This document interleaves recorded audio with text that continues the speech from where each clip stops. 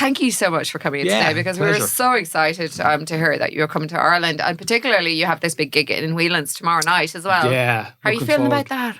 Great. I mean, for me, it's a home game. I know, Fingless boy. Come on. Fingless boy. And Whelan's is my stomping ground as well. I don't get to play here as often as I'd like to, but when I come back, it's a great feeling. It's a lovely feeling. Do you get that sense when you land back in your home country? Like I always did when I was in New York or was England, and there's something like, oh, yeah. Yeah. It's real me. Yeah. I'm sitting there like saying, oh, yeah, there's dust in my eye all of a sudden. I don't know. Yeah. What it's about. Coming over Shannon. Or the onions. There must be onions in the sandwiches. Yeah, that's what they put in actually the air events when you're landing into Ireland. Yeah. Especially, no, I'm not going to say what airline company I'll get sued here.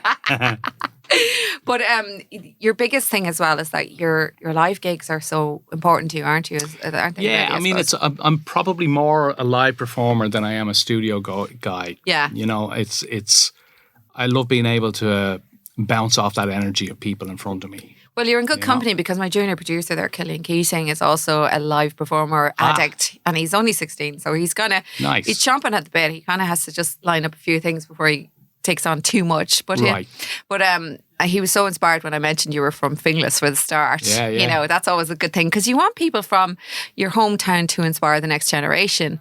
Yeah. And I do think it's lovely when you have a connection to home. Yeah. And a real connection where they can go, oh, Mark Dignam's from Fingless. Yeah. So I just talk about that a lot. It's if anything that you want to do, you have to see it around you. You have to see people who do it. That's the word, do it though, isn't it? Don't talk it. Yeah. Actually get out and do it. There's a lot of, it is a part of our makeup as well. I'm Irish, so I can say this. So don't start texting me saying I'm judgy or whatever. But I know there's a lot of talk happens when it comes to the music industry as well. Yeah, absolutely. And I mean, it's not just Irish people. I mean, I work at a venue in Pittsburgh, and a lot of the American kids. Okay, it's human. Yeah, it's human, absolutely. And it's like everybody focuses on, they rehearse their band and they've got it sounding great. They've done some lovely posters, but they've forgotten to actually do the rest of the marketing and things like that. And then, they kind of wonder why nobody showed up to their show. Yeah, is this a right left brain kind of dynamic, because it's not arty farty enough, and there's a cool element with the younger generation as well. But I have to say, I've another junior producer here, Taylor D is her name. She's unreal with her marketing. I mean, massively. So maybe that generation of like the 18-year-olds is the new generation of artists coming up, whereas the 20 and up. They just have a different take on it. It's almost like the record company has to discover me and they can handle all the marketing and saleability stuff. It's a lot of mythology. There's a lot of mythology around it. And it's, so I can't remember who it was. Somebody said it to me a long time ago. The music industry is the only one where you're encouraged not to learn how it works. Just stay in your lane. Everyone gets in and does courses and degrees and things like that, to go into a big business. Yeah. And then you go into the music business and you're told, don't worry about any of that. Don't worry about... Yeah, but I think also a lot of artists, and a lot of artists, not everybody, but there's a likability factor you don't want to lose by becoming the business person. So there's the whole identity shift where, okay, I love performing, I'll show up to a stamp signing, but I won't ask you to pay me. Yeah. And I don't expect it. And that's the dynamic that we have to shift away from. Yeah. It's like, you should get paid. Absolutely. If you're performing, you should be paid. And there's no doubt about it, they are two different worlds. Yes. But they have to happen in tandem. If, as soon as you come out of your bedroom and say, I want to be in the music business, then you have to start looking at that side of things too. Yeah. But you've also got to keep the artistic side healthy and creative as well. So it's quite a balancing act. There's no doubt about it. And like I said, the new generations of teeny idols, they stayed in their bedrooms through COVID and now they're making millions. Yeah. They didn't even leave and never performed on stage, not a single gig. And they produced most of their stuff online through various elements. And there's so much technology out there. Yeah. And, we know that, part of the process, you either love that kind of production level and you love that sort of exclusive level of just isolation and doing your own thing. And then there are performers who love being out and talking to people. And that's something you're going to be doing tomorrow night in Whelan's as well, because you want to be around people. You like this whole dynamic. Yeah. And also, you're coming home. Absolutely, yeah. I'm definitely the extroverted introvert. Yeah. Are you like that? Are you? Yeah, kind of like. I mean, we love our. We've lots of parks and foresty places that we go to around Pennsylvania. We love being out in the woods and alone. Yeah. But I love being around people, and I love getting people to sing. Ah, cool. That's a big thing for me. Getting everybody. That there's no division between me on the stage and the audience. Usually everybody's all in. I think that's a good balance, because I would be very similar. Like, people think, oh, I come away from here and it's all like the glam and the high rise. But the minute I get home, the shoes are off, barefoot in the garden. Yeah. Could be pulling weeds. It could be like just chilling or doing some art or writing music, which is something I'm doing currently as well. Good. So, my second release came out on Friday as well. So it's a piano-based stuff. So I'm very delighted, because for a long time, you have to get on with the real world. I think that's really important, is that balancing. But isn't it lovely when you even get an hour or two where you can actually just be creative? Yeah. And it might be in nature even. Oh yeah, well that's especially where I get it. Yeah, which is a good place to be. So guys, Mark is here in studio. He's after travelling 3 days to get here. Only for me, and then he's squeezing in a gig in Whelan's. No, but tomorrow night you can catch him in Whelan's. But apart from anything else, you're also going to play a tune or two for the next hour. So don't go anywhere. What would you like to kick off for your first live performance here on the Power Dreams? I'm going to throw out a new song. This is actually my second radio interview in a week. I did another one back in Pittsburgh before we left. And, exclusively Irish. And I should hook you up with them, actually, because it's a great little community station in Pittsburgh. Love that. So I threw this out, and I think it went reasonably well. So we try it again. And it's called I Missed My Exit.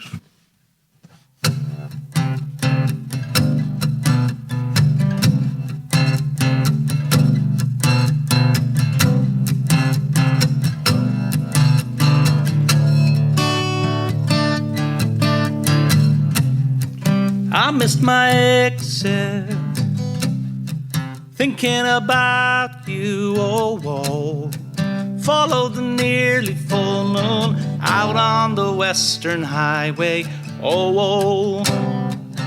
I don't know how I lived so long, not hearing your voice.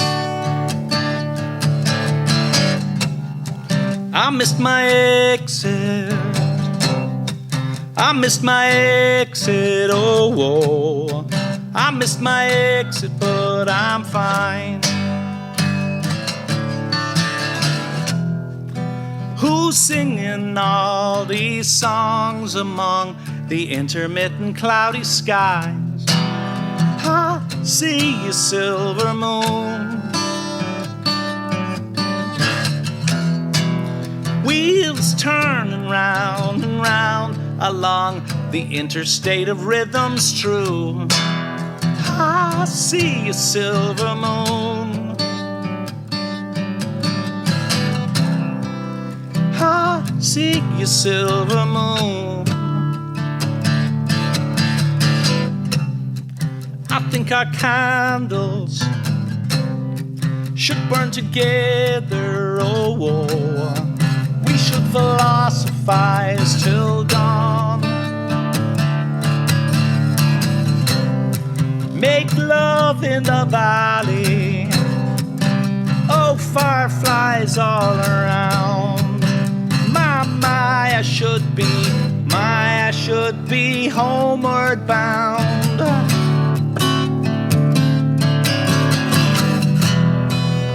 Who's singing all these songs along the intermittent cloudy sky? I see a silver moon.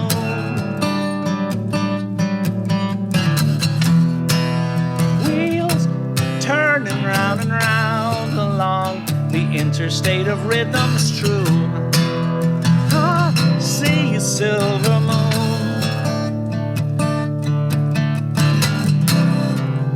I see a silver moon. I see a silver moon. I I missed my exit.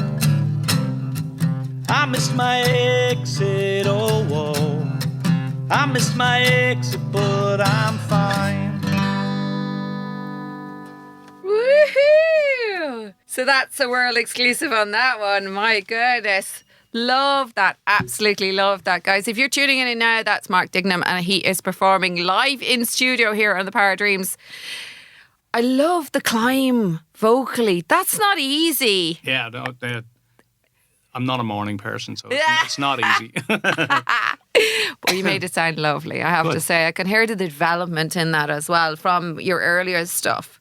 There's a little more play and space in your vocals and also in your writing from the earlier stuff that you would have written. And I could see that is part of the creative process, is that you find a different part of you as you go along, don't you really? Yeah. Well, I mean, if you stick at it long enough, everything grows. You know, you and the work. Yeah, and it's lovely that you can sit into that place where you're comfortable and you know it's you. Yeah. Like, I think that's really what most artists want to do, is just to find that sense of, this is who I am. And also the awareness that you can change at any time you want, because it's your damn life. It's your music. Yeah. And it's so important that you have that confidence. Absolutely. Were you always like that, though? I mean, part of the thing as a creative is that we're constantly evolving, constantly growing. And also, where you start off is only a reference point for you to grow. So let's go back to the first time you discovered music. Is there a point? Is there like somebody has like, oh, this is when I suddenly started realising I want this? That I really want. I have to say, it was probably myself and Glen Hansard started busking together back in. What's his name again? That young fella now. The guy, the other Northsider. Your man. Yeah, he's brilliant. Yeah, Glen. Yeah, we were young teenagers. I was about 16. He was about 15. And we literally just took the guitars and went into town. And we started, the first time we ever did it was on O'Connell Street, which was terrible. Really? Didn't work at all. Is it just because people walk so fast past you? Yeah, and it's a big street, like it's too big. Where did you go? On the GPO or what? No, where was it? Hardly on the steps anyway. It was almost on the corner of Abbey Street and O'Connell Street. Yeah. And then we moved over to Henry Street, and then somebody said, you know, guys, you need to go to Grafton Street. That's where you need to go. So we spent a good 3 or 4 summers playing there. On Grafton Street? On Grafton Street. And it was... Was that before everybody was doing it on Grafton Street? Because that sounds really cool when you're 15 and 16. I don't think there was the same busking kind of environment that you would get. No, I would say there was, but it was definitely different. Right. Nobody had amplifiers back then. Like, we walked up Grafton Street yesterday. With my kids are over with me as well. Oh, mention them quick. Cian and Grania. They're probably on their backs in the bed going, oh my God, what time is it? We've no idea where we are. But like all the buskers seem to be amplified, you know, and I never run anybody down for what they do, but it was definitely different, you know. We started, and the Benzini brothers were still on the street at the time, so which became the Hot House Flowers. Wow. So we would hang out and wait for them to finish, then we would take the pitch next. And there was I think it's an old tradition. I don't know how far it goes back in Ireland, but it seemed like we were just jumping into a stream and, you know, carrying on in with the this flow kind of thing. Yeah, because there was a handful of people who were doing it all the time, and then you had the Dice Man was walking around the street doing all his thing. Okay, talk about the Dice Man, because a lot of people from around the world will be listening back to this. Yeah, and I didn't know him well. Right. I never really talked to him all that much, but visually, like, seriously, he's the ultimate performance character. You know, I mean, he would dress up in all these, and it was, you know, some of it was for advertising, some of it was like he did it for firms, I believe. Right. But a lot of it was just very artistic, and he'd stand in the middle of the street, totally still, and people would think it's a statue in the middle of Grafton Street. And then they'd come up and then he'd move and scare the hell out of like 50 people. Was he painted? Everything, different times. Yeah. Like you just look around and say, oh, there he is now. And he'd look completely different to how he did before. Was this the first type of art really that, you know, performance art you probably would have seen at that age? For me, yeah. Definitely. I mean, Grafton Street. Did you think he was strange? Let's be honed. You're 15 and 16. Was there an element to that, absolutely. like, what's going on? I thought everything was strange at 15 and 16. Well, that's what I'm saying. Most teenagers do. Like when you see something like that, you go, Okay, but it became normal then at some point.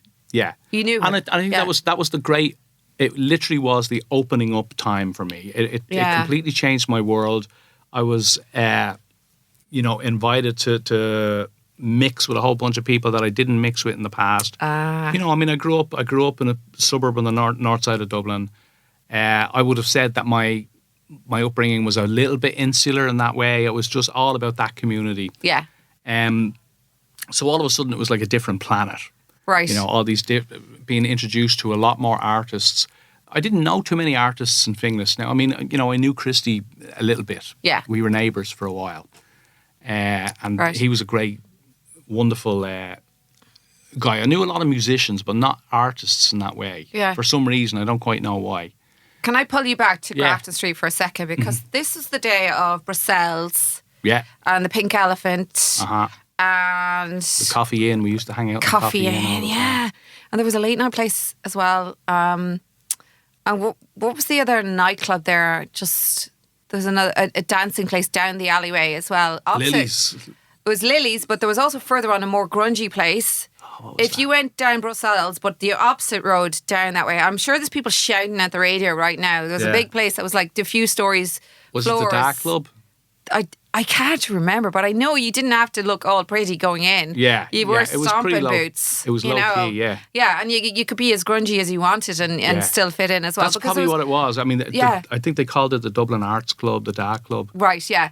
And the thing is, there was such a thriving community that, like, literally, compared to now, there was this, everybody kind of, after a while, you knew, was it Monday night? That was the big night out, as opposed to the Saturday night. You weren't part of the Saturday night. That was just, like, plebs. That was, like, It was all the musical heads would go out on Monday and Tuesday because you weren't gigging.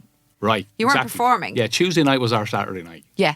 And you'd survive to the rest of the weekend on that alone in the conversation. So that was a big growth curve for, like, you and Glen at 15 and 16. Oh, yeah, absolutely. Did you feel you were growing, or was just you were so involved in it? Well, you were aware of where you were going with your music. Well, it was, I mean, the biggest thing for me was as soon as I started to sing, people's heads turned. And, and that's an addictive kind of thing. Yeah. You're like, oh, wow, I get noticed when I open my mouth and sing. Brilliant. So I was like, I'd like some more of that, Yeah. So, on a personal level, it was really expansive.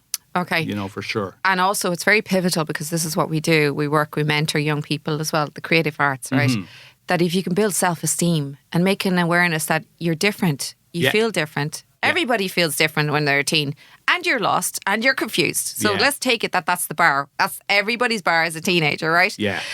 But if you do something like play guitar or sing or write or anything, write poetry, there's something very cathartic about it as well. Absolutely. And maybe that kept you sane for a while. Apart from maybe the party and whatever as well. That's part of the process. But everybody has to find themselves. So like you say, there was a moment where you went, I like this. I want to do more. Yeah. And people want to hear more from me. So that, it ends up... That's good for you, isn't it? Yeah, it is. It's a great feeling. Yeah. And look at you now. Doing Whelans. Doing Whelans. Not just that. It's not like you live here and they're going like, okay, you're flipping in a different country, flying in. Yeah. That's a bit rock and roll. Come on. I mean, I have to say, it's nice. I got somebody sent me the ticket count the other day and the show is doing really well. Of course it is. So it's like, being away. The last time I was here was probably 3 years ago. And I didn't even do a show. So it's probably 4 or 5 years ago. Yeah. Since I did a show here. And, for people to turn up to a show after I haven't lived here in over 20 years. But it's very part of that coolness as well. It's like how rare, and they mightn't get it again. And that's what I'm talking here to Mark Dignam. And I have to say, guys, we're talking about the gig tomorrow night in Whelans. This artist creative might not be here for another few years, so you go and buy those tickets now because it's really, really important. I want to give a shout out to Julie Moyles as well because she's absolutely brilliant. Send me all the information so I don't have to worry about it. Julie's great. I couldn't survive without her now these days. Well, you do need somebody on your side that can push stuff out there, especially locally and all the rest, and she's so good too. Tara, the funny thing about Tara, her name is Tara Murky, which is TM. Yeah. And in the music industry, usually TM is your tour manager. So I always refer to her now as my TM. Are you you're not on the mic, but I could see. Yeah, it's so important. But I also, that's another part of the industry, I have to say, It is lovely to be a power couple because there's a lot that can, the swings and roundabouts in a relationship when it comes to somebody who's a performer and somebody who's not a performer, but it can be artistic and creative.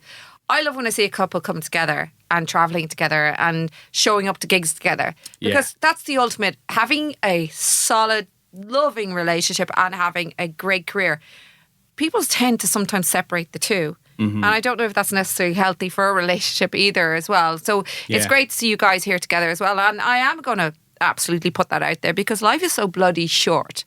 Because the bottom line is, and I've discovered this as well, is like you can be on stage and come off and there's nobody to celebrate it with. All the highs. Absolutely. What's the point?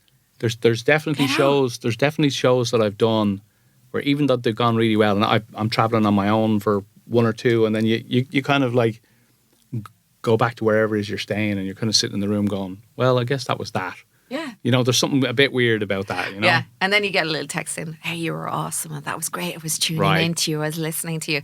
I get such a good feeling when I know I'm being listened to. I mean, especially by somebody like it really matters to my heart and soul. And do you do a lot of live stuff around town as well? Or?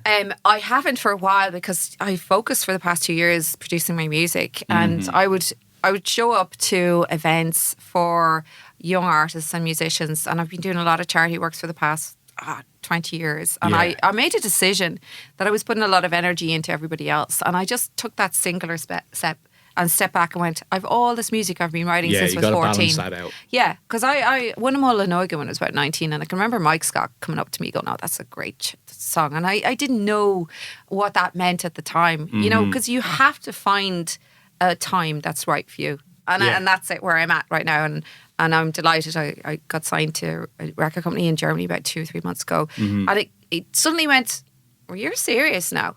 When you get that stamp of approval, it's really important. And also women in the industry, and you know what this is like, Tara, it's really important. Creatively, it's a different journey. No matter what you say, I'm sorry, it is completely different. Oh, it is, absolutely. I'm very aware of it myself, So for me, it's I'm very happy with the creative process, because I would engineer. I studied in Ballyfermot and became a sound engineer. So did I. In the day. Listen, oh my God, did we meet? Yeah. But it was one of the best platforms, and it was the only show in town for anybody who was creative. Yeah. And then ironically enough, I'm here and I have the likes of Francie Conway coming in, and Pete Holiday, and and there were so many artists. Man. I love him. He is brilliant, and he's one of the founders as well. And I didn't realise, you don't realise, because you're so self-absorbed as an artist sometimes. You think it's my planet all the time, and it's not a horrible way. You're not trying to be cruel, but you do. There is a tendency for us to kind of direct traffic a bit. At times, and it's sometimes you need to be able to advocate for yourself, and then that's the thing about having good, sensible people around you. Solid, grinding people. Yeah. Or crazy people just like you. That's a good option. Well, again. It's very important. Balance. Yeah. I think the balance is that when you have somebody who accepts you for all of you, even the madness and the vulnerabilities, but particularly the vulnerabilities, because it's great when you're on a high. There's a load of people who will accept us when we're doing really well. When you're looking good and you feel fantastic, but it's when you're like, I don't feel well about this. I'm having a bad day. They're the people. Right, they're the ones. They're the rocks as well. That's when you find I won't your knock friends. the people who are there with the pom poms as well. So, which is good. Speaking of which, Mark, I absolutely love that first track as well, and thank you for performing on my show. I'm so excited. Will we get another track off you as well? Yeah. Are you warmed up there? I think so. Let's see. Well, I have to say, travelling all the way from, a whole other universe to make it to the Power Dreams is one of the key things that I totally respect. Guys, I'm going to drop it in again. It's Whelan's tomorrow night. When are doors? What time is the door at? Is it about 7 or something? We'll have to look at that. 7 or 8. Go Google Whelan's, guys. I'm not going to pretend I actually know what time it is. But do you have a support act, or is it straight into you? Yeah, it's a guy called Leslie Key. Okay. He used to have a band, probably several bands, but the one I remember most was the Wild Oscars. You are kidding me. I actually know that name. Yeah. Oh. Yeah. They got some good plugs. And Leslie's a great songwriter, great arranger, and he's had lots of friends of mine in his band, Miriam Ingram. Yeah. And lots of different people. So he's going to come along. And then, my shows tend to be very loose. If I see someone in the audience that I know is really good, I'm going to end up pulling them up. All right, Terry, you're in trouble. Yeah. Everybody's... I'm hiding. Yeah. Well, I just want to give a little mention as well, because I have to actually blow your trumpet a little bit here, because you have toured with, right, listen guys, Glen Hansard, The Swell Seasons, David Gray, Billy Bragg, Joan Armatrading, Richard Thompson and Richie Havens, to name a few. Like, they're really, really, really good artists. But isn't it lovely now that actually the sport acts and the people that are actually playing with you will be quoting you as in their bio, you know? Yeah, isn't that cool? That's a funny feeling, actually. I never even thought of that. Like, yeah. But yeah, I guess that happens. They're going to be saying, I toured with Mark. And I remember standing in the audience and I was so mortal when he asked me up on stage. I remember Mark Dignam. He owes me money. Wait till tomorrow night. Okay, what's this one? Tell us about it. This is another kind of newish one. I'm working towards a new record, and these are the songs that are probably going to go on it. Think of what this one's called. I think I'll have to tell you the name after I play it, because I don't even know right now. So good, you're in good company here. That's all I'm going to say. It's the mystery song. All right, so here we go.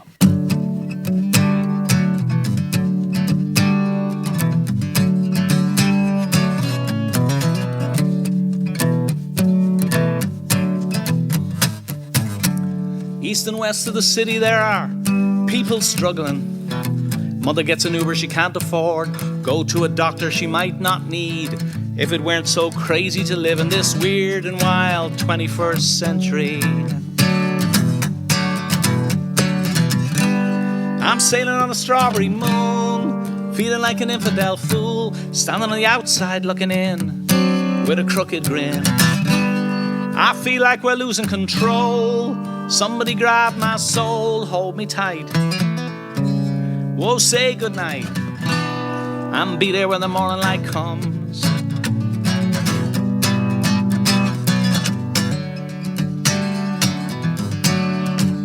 Hey.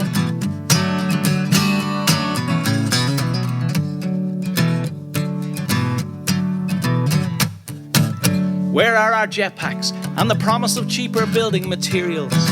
We're killing ourselves to buy our homes, left the forest, live in our phones. It's a crazy merry-go-round. Someone tell me, where is my flamethrower? I'm sailing on a strawberry moon, feeling like an infidel fool, standing on the outside looking in with a crooked grin. I feel like we're losing control. Somebody grab my soul, hold me tight. Whoa, say goodnight, and be there when the morning light comes.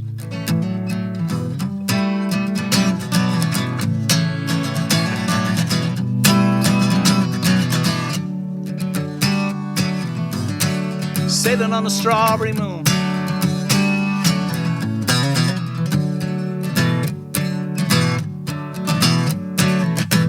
I don't believe in Jesus, but I believe in his love of the least of us. Some Schlevian will come into town, hold up his name and vote the measure down.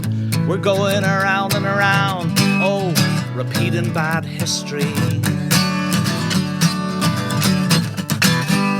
I'm sailing on the strawberry moon, feeling like an infidel fool, standing on the outside looking in with a crooked grin. Feel like I'm losing control. Somebody grab my soul, hold me tight. Whoa, say goodnight, and be there where the morning light comes.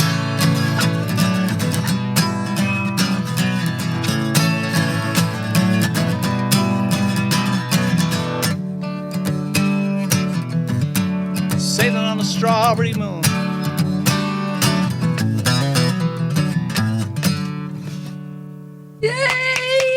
Strawberry Moon, I guess it's called. It's always good when it comes to you after a song as well. That's absolutely beautiful. And again, it feels like you're at a different point because it's so different from the first song as well. Like when you're writing, do you sit to write or does it come to you? Like some people are creatively very different when it comes to the songwriting process. Like I literally could be in the kitchen and I have to run to the piano. Like, it's you know, like giving birth or something. I mean, I get it both ways in a way where, sometimes I'm gripped by an idea, but I also believe in the idea of creativity being a muscle that you've got to like work. So, I mean, there is a certain amount of sitting at a desk with a blank piece of paper and a pen and just saying, well, I'm kind of sitting here until something flows. And I think that power of suggestion actually does do it. And to be honest with you, people talk about writer's block, and I've never had it. And I think I believe for myself that it's because I took that muscle attitude towards it as well. I won't turn down the spontaneous idea that shows up out of nowhere, but I'm definitely of the mind that you can practice the craft and it will come easier to you the more you do it. I actually have to go on and say that I agree with you, which is a rare thing. Okay, I'm just putting it out there. Agreeing with me is a rare thing, or agree with anybody, really. But the big thing for me is over the past 2 years, I found that discipline that I wondered why I hadn't created. And going in to produce my own stuff made me have to commit to certain days and to make a journey in a car to get to studio. And I sat with that discipline, and I'm reaping the rewards now, because if you don't action that thought, what is the point? Like, it's one thing being creative. But then if you're not actually going to move on it and you're waiting for other people to do it for you, and you've blamed everything but yourself, it doesn't get done, does it really? Yeah, I absolutely agree with you. Absolutely. Yeah. And I believe that there is a documented psychological process where the brain loves to answer questions. So you sitting down at the table with a blank piece of paper and a pen is a question. It's like, what's going on to this paper? What's going into this piece of art? So it's involving yourself with that process, I think is for me, it's essential. That's a rare thing in a lot of artists right now. And I'm not taking away from the creative process, but the conversations that some people have, I would get maybe a message saying, can you play my stuff, right? And then there's no links, no bio, no information, and it's coming in on my social media. Don't you dare do it again, whoever you are, right? Yeah. But the bottom line is there's a route of discipline, which is actually give the information so the person can make a decision. And also follow through. And same with not getting gigs as well. Like, a lot of artists will have that conversation. Not everybody. Let's be careful about this one, but about not making it in the industry and not getting gigs. But you just have to keep going. Absolutely. You have to keep knocking on doors, and you have to keep putting yourself out there and be actionable. And you got to have the goods ready. Have the product. That's it. Like, I book a venue. So, Monday to Friday, I'm sitting at my computer. I get about 10 to 20 submissions a day. And the ones that I'm going to gravitate towards first are the ones that make it easiest for me. Oh, totally. It's like the ones with they've got all their links. They've got a short thing at the top telling me who they are, what they're doing. I've got the links. I can go to Instagram. I can see that they have an audience. Go to YouTube, check out what they're doing and all that. But literally, I've had some people say, "Yo, dude, do you have any gigs?" And that's it. Like, no, even my name is Joe. Here's my phone number and all that. And it's nice when you get a hello, isn't it? It's like, a recognition I'm a human, not just a robot here. And the realization that I'm a busy human. It's like... And that's the thing is, it's like but you learn that over time, because there's this enthusiasm. I'm not going to take away from that either. There's this naive enthusiasm that people almost, there's an over-familiarity in the industry as well. Like, oh, you're like me, I'm going to reach out to you, what's the crack? And it's not like texting. And that's another thing, please, even if your texties is short and snappy, just typos, spellings and stuff like that. And I'm a fairly easygoing person when it comes, and I give a lot of people open doors. But in the industry, you just have to kind of be a little bit sharper, professional wise, because you have a lot of competition these days. Like, they have their socials. Oh my God, you're competing with kids that have 500,000 views. And as I said, I'm one guy in one small venue who gets 10 to 20 submissions every day. In Pittsburgh, Monday you have what's it called? Monday, give a shout out there. Mr. Smalls. There's two venues. There's a large theatre, it's about 800 capacity. You're going to have a lot of Irish applications.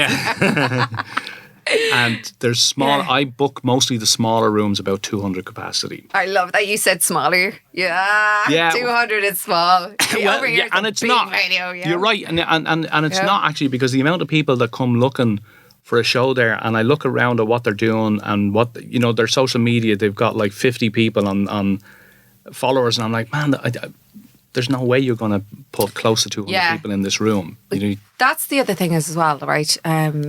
If you're starting new and fresh, right? Okay, I can't. My social media, depends on what page you land on. I have like, you know, big numbers or small numbers, but I think also the other element is that listening to the music is that production value. There is my biggest thing. Right. And I love giving shots to unsigned original artists. So I'll always have that window open for those.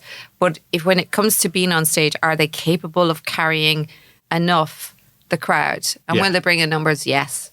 But also there's that little part of me is like there's a little nugget every so often that you go, oh my God, there's so much potential. Oh yeah. You know? I mean, I'll definitely squeeze people in and I'm like, okay, you don't. And I mean, Dave Allen did the same for me in Whelan's. Oh, nice! Yeah, and we all started off, and I remember going to Dave Allen saying, "Can I have a gig?" And he was, you know, essentially he said no, but he did. But he was like, "You're not ready. You're not ready to do a gig here. But here's what I'm going to do. I'm going the arrogance of youth." I've got I mean, you got to get out there and ask. That's definitely a part of it. 100%. Yeah. You know, but he said, you know, you've definitely got something. So let me team you up with this. Do a couple of double headlines or 3 acts on a bill. Support acts or whatever, yeah. You know, but it's important. I think the most important thing for young bands is to fill a small room first. Don't go near a big venue, the posh venue. Everyone wants to play. Yeah. Everyone wants to play Vicar Street, or they want to play the Olympia, or they want to play, what was it? It used to be the Point. What is it now? 3 Arena. 3 Arena, right? Everyone wants to play those big rooms. But like, don't touch them until you're stuffing whatever room you're playing now.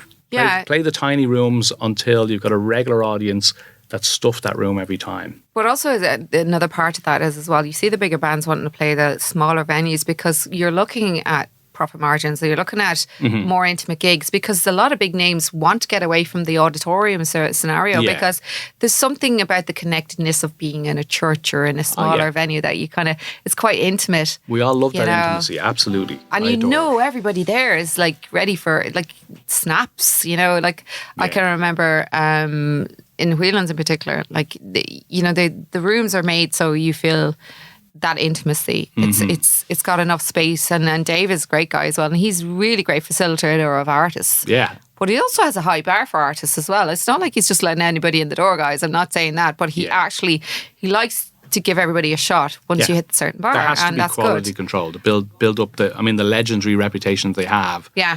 Well, you see, there's this guy called Mark Dignam going into Whelan's tomorrow night. And he happens to be here in studio, everybody. And he's already performed 2 live songs here on The Power of Dreams with myself, Marian Shanley. If you want to catch it and you've missed them, you can go on to this same link that you hit today or listen to the FM. It's a repeat show on Friday night at 9 p.m. And also we go up onto Mixcloud as well, so you can catch it back then. But I think we should get another song from you. Sure. Is there one in particular you'd like to do? I'm going to do, this one's off a record called Rebuild. And it's, I guess it's kind of the story of, we were coming out of a little town in Florida called Apalachicola. Oh. Little beach town. And I'm not spelling it. Yeah, no. Either am I. I forget how to spell it too. But it was nice, but we were coming along, and we were getting the sticks of rock and the T-shirts before we left in the little gift store and all that. Seriously, that brings me back to being a kid. Right, so I had the kids. Stick of rock. The kids were with me, and there's a hurricane coming up through the Gulf of Mexico, and we had this couple kind of like barged out the door past us, and I just looked at it and said, "That's kind of aggressive. That's kind of," and it suddenly the idea literally exploded from there. It was like, okay, she's bailing because she's had enough. Oh. Whatever he's done, whatever he said, and she's like, I'm out of here. So she gets in the car, and I basically made a movie screen of this in my head. So she's off heading north up to Tallahassee from where we were, and he's like, right, I got to do something to fix this. So he borrows his buddy's car and goes to try and make it all right. Okay. So that's the idea behind this, and it's called Tallahassee. There we go.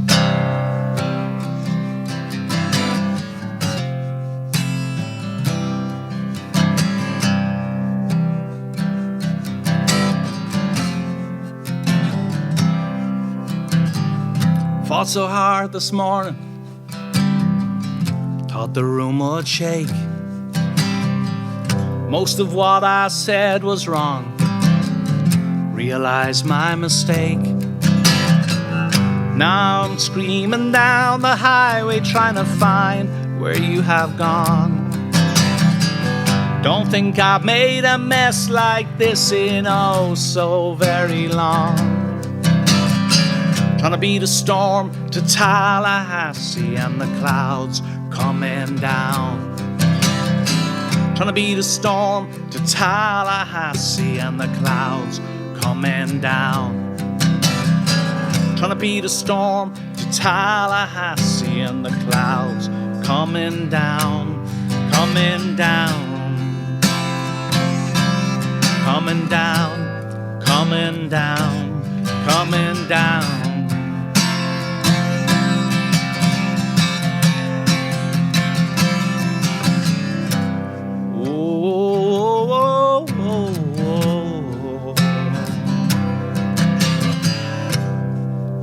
I know I've really done it now.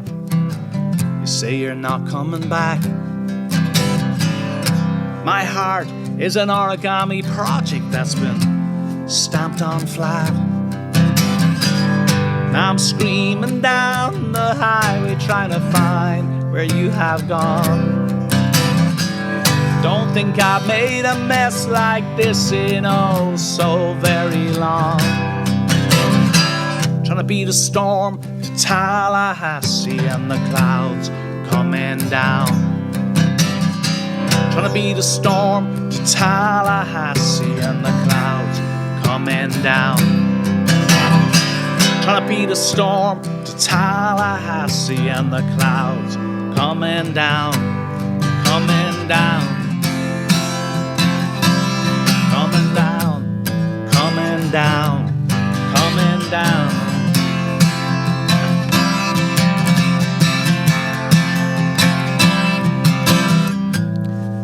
Do you remember when I used to fill your dance card every weekend when we were young?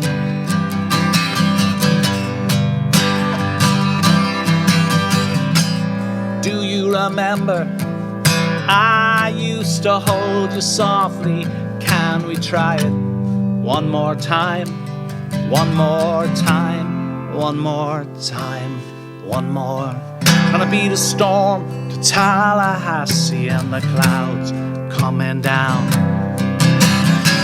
Trying to beat a storm to Tallahassee and the clouds coming down. Trying to beat a storm to Tallahassee, clouds coming down, coming down, coming down, coming down, coming down.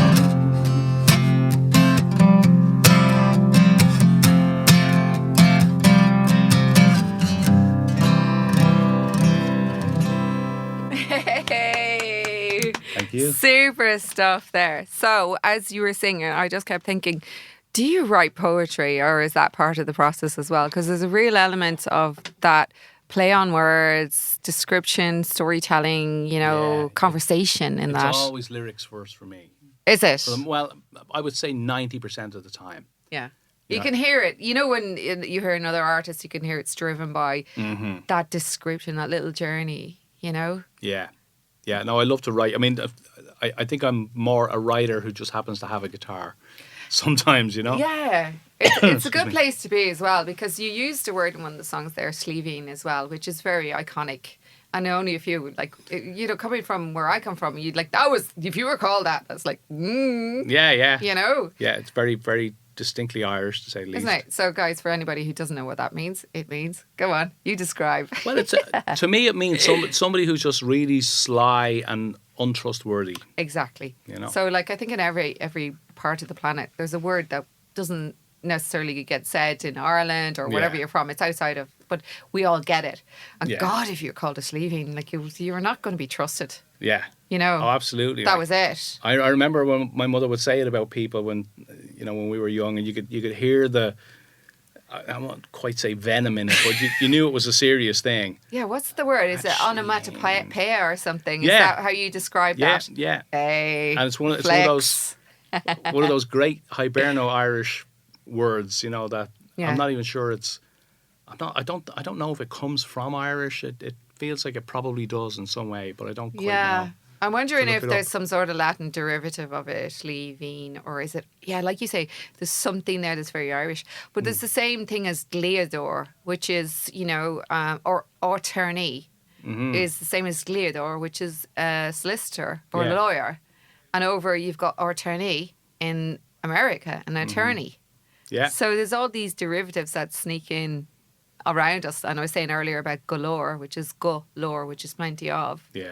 So it's amazing how we've imprinted around the planet. So that's when I was listening to your words. I was going, because I started writing when I was about 14 as well. So poetry would have been my first. And then I discovered the piano, and it was my best friend for life after that. Nice, so yeah. I wish I'd started on piano. Do you? I have to say, I do. Because I think there's a lot more. I think there's a lot more room for harmonising with piano. When you got the two hands and being able to form chords on both sides. You got your bass line straight away. Yeah. I think that's the key as well. Look, I started teaching myself violin about a year ago. So you've got the rest of your life now to learn piano. Yeah. So it's not a, I think it's part of the process because I if just you don't make want to carry it anywhere. Well, that was why I never Me or actually. Tara. Yeah, but there's something very involved when you sit and you're working your foot on a pedal. And you can sustain the bass notes with your left hand, and then you can play on the top. Because again, I would do a lot of neoclassical and soundscapey stuff as well. Yeah. And given what you're talking about, there wouldn't be any reason why you couldn't incorporate that into the next part of the journey. Like that's what's exciting. Like you can pick up any instrument, and that's one thing I always encourage everybody to do. Is like if you hear it in your soul and it calls you. Piano is great. Yeah, but I always had this graw for violin, and I've recently actually developed that into the concept that actually it's really cello I'm in love with. It was strings, but I had to go through the violin to find the cello. So who knows where I'm going to be, but I will always stay with the piano as well. We have a great friend up in Akron, Ohio. There is a couple, and they have a band called Sunflurry. Ooh. And they're opening the show for us in Pittsburgh when we go back. Yeah. And he is an amazing cello player. Oh, I'm injured now. I want to see that. You should look them up. Sunflurry, I'm putting it down here. Sunflurry, Akron, Ohio. I think they're originally from down south somewhere, aren't they? Well, you know what? If they've anything recorded, get them to bounce it in to me. Sure. I absolutely adore that kind of stuff. If you drop a cello in behind anything, I'm there. And when you talk like soundscapes, he runs the cello through a whole bunch of pedals. And it's just... Ouch, my goals. Yeah, it sounds amazing. Yeah, that's the next part of the journey for me as well with the piano, is to run it through the pedals as well. So I'm working currently on that. But that'll be fun. The first thing I put out was for Acti, and I actually created the cello piece for that with the piano. And there's something beautiful about the dulcet tones of the deeper frequencies in the cello itself. And again, in nature, we have the same replication. And for me, nature is also a part of the journey in the music as well. And that's something that I hear with you. There's a real sort of spoken word element. Mm-hmm. And maybe that's why you're saying, you love conversing when you do your live shows. Guys, if you're tuning in, I have to keep dropping his name in here because I know people drop in at different points as well. Mark Dignam is going to be performing live in Whelan tomorrow night. He did come in all the way from America, not just to see me, people, but I am delighted. I am the only show in Ireland right now. That's true. That's the only radio. The only radio show we're doing on this trip is this one. It's so That's cool. a great show. I loved listening to your guests. We were out in the waiting room there and listening to your guests and that whole piece about the traveller community and the travelling community and the Minkerry show as well, the cabaret show. Thank you so much, because I'm a bit of a maverick in the industry, and one of the things is I always champion equality and champion the fact that the creative arts is, you don't have any, you have people who are a little bit out there and all the rest of it, and people will have their views, but in general we're very embracing, and if you can come with compassion, you're going to be a lot more actually successful really on this planet. And I think that's the core thing for me is they're great. Mary's brilliant, and I love Mary to bits as well. So we've kind of been championing everything in Ireland. And also I'm very realistic about the fact that the Power of Dreams isn't just about the magic and the wonderful fluffy stuff that's happening in Ireland. It's about the hard work. Yeah. Well, we also have to have honest conversations about our homelessness, about what's happening to our social environment as well, what's happening in our people, how the economic structure of our planet is actually changing, and the viability of us. Sustainability, they talk about, products and material stuff, but it's human sustainability that's the key for us right now. And particularly with that community, you know, all the fights for civil rights that we did in this country for so many years. Yeah. You know, talking about the black struggle in America or Catholics in Northern Ireland, and there was so little talked about the travelling community. Yeah. And genetically, we all do a DNA strand here, people. You're going to be very surprised because your ancestors were travelling Ireland. Yeah. Why are we so far removed? Because if we go far enough back, more than likely they travelled across Europe to get to Ireland, to populate Ireland. Yeah. You know, so I think it's all about perspective. It's about growth in self and a willingness to grow. Yeah. And if you're not, then that's fine. That's stay in your lane. I'm good with that as well. You might not be ready. No, and it's exciting that we're at a point where we can have an honest conversation. That was the reason I set this up. I can remember working with children in schools and doing suicide awareness talks and core value and self-esteem. And one of the key things for me is to get the message across to everybody is that you matter. And even though I'm not genetically related or I don't even know you, I still care. Once you're here, you matter. Yeah. That's once you're on the planet, you're meant to be on the planet. Yeah. And it only takes once to hear that in your life for you to be the best you can be. Only once is enough to trigger that. It's a catalyst. I agree. So that's why you're here today, Mark Dignam.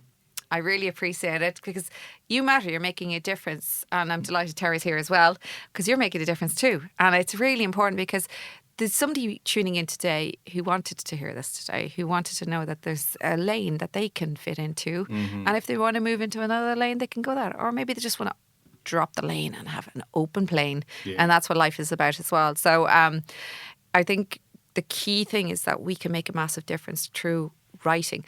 Was there a time, and this is part of the creative process, that mental health or this might have come in on you, you wondered about your journey in the musical world as well? Because that's a very honest thing that we have to face as well. Because I did face that myself where I went, I'm not a success by 19. The industry is going to close down on me. And I need to be a success by 19. Yeah. And then you park it and you go, I'm a failure. And you shouldn't even use those words. But, you know, you kind of do for a while as well. If you don't see it. I tell everybody, I quit every January. It's on New Year's Day. Every January I go, okay, that's enough. Like this is hard.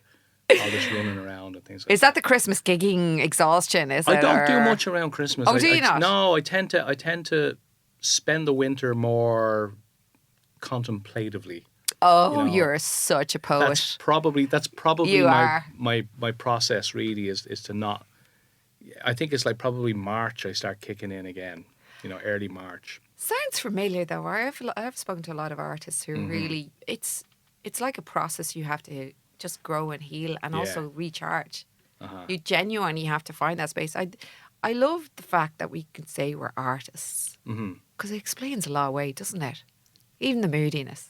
That's part of their character. It's just, it's their makeup. You get away with a lot more. Right. Because you're arty. Whereas if you're moody in the middle of a business meeting. And you got nothing to show for it. Yeah, you got anger management you need, So, so you could write a good song and get rid of all that crap. Right. That was my therapy as a teenager. I grew up going and not fitting into the all-girls school and got a bit of bullying as well. And I used to come home from school and I would walk into the piano. And then I was like an absolute angel after I wrote a piece of music. So it's great to be able to come back to that as well. We only have a few more minutes. I can't believe we literally are at that point in the show. My God. Guys, I'm talking to Mark Dignam. He's in Whelan's tomorrow night. You've absolutely no excuse not to go onto the Whelan's page right now and book really, really fast. They can get tickets on the door maybe as well, can they? Or is it, what way is it going? Close. I mean, I personally, I would say buy them early. Yeah, come on. Don't be. Even if you buy it, that means he's not wasting his time and he needs to get paid. Yeah. Right? He flew all the way from America, Pittsburgh, for God's sake. And another thing to say. Pints of Guinness won't buy themselves. No, seriously. Would that be the one you'll go for? Is it a pint of Guinness when you get home? Absolutely. Yeah. When I get home. Yeah. We my best friend, we're staying with him out in Navan, Sean Murphy. I'm from Navan. And you're from Navan? Stop. So it was the big pilgrimage we did the other night. We went to the Gravediggers in Glasnevin. Yes. I always joke and say that's my office when I'm in Ireland. It's a good office. Actually, we brought my son turned 18 a couple of weeks ago, I guess. Yeah. And of course, they're not allowed to drink there until 21. I know. So I said, well, you're here. Do you want to have a pint with me? Like, So he was like, sure, okay. So we got him a pint of Guinness and he hated it. He didn't like it at all. No, it's probably not the first one. Yeah. Guinness is a bit taste, chewy as well if you're not used to any other alcohol as well. Yeah. Yeah, he probably wants something a little bit more sweet because kids are reared on sugar at this stage. Yeah, You're not judging, but we do indulge them as well. Listen, Mark Dignam, thank you so much for coming in and talking to me. It's been amazing. And of course, Tara, thank you for coming in and so patiently. For keeping me on track. Yeah, keeping him on track. Well, it's there's a duality to life, and it's wonderful to see love and support and a great solid, oneness, because that's so important for the creative industry that we have people who are there for us as well. Yeah. No matter what. We need support. She's the brains behind Go on, Paul. the girls. That's all I'm going to say. Yeah. We also had some amazing creatives in earlier as well. The Minseri project, which is a show. It's a cabaret show. Guys, go and check out Mary McDonough and the team there. They were absolutely super. So we had some nice conversations, and conversations we need to have in a nice environment. That's what the Power of Dreams is all about. Thank you to the Kings of Cool, Sean Keenan, Annie Jimmy Jenny, Shane O'Ergala and the host. And of course, I have to say, Mark Dignam, thank you. Really appreciate you having you in. We're going to finish off the show. There's a little track there I might have written myself. We might give it a little spin. Okay, it was launched there on Friday. And Mark, the engineer, told me I better play it because I normally don't plug my own stuff, so I might as well do it today. Okay, this is the new one, guys. Enjoy, relax, put this on, blast it, because this is all about recalibrating the brain cells and the soul and the heart and all the rest of it. I am Mars Shanley. This is The Power of Dreams. Thank you very much. Okay, this is Suma. Tune in Friday night, 9 p.m.